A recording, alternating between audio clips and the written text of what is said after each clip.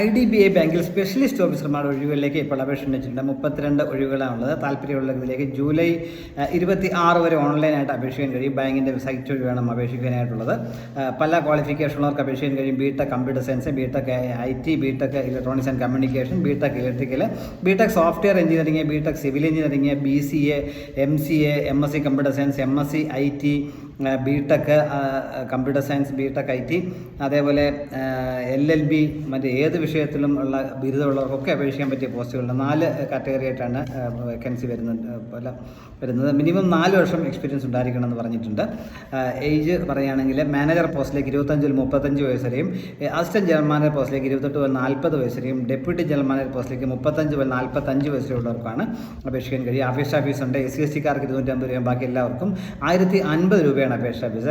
IDBI ബാങ്കിൻ്റെ വെബ്സൈറ്റായ www.idba.bank.in സൈറ്റിലെ career page വഴി നിങ്ങൾക്ക് ഇതിലേക്ക് അപേക്ഷിക്കാൻ പറ്റും.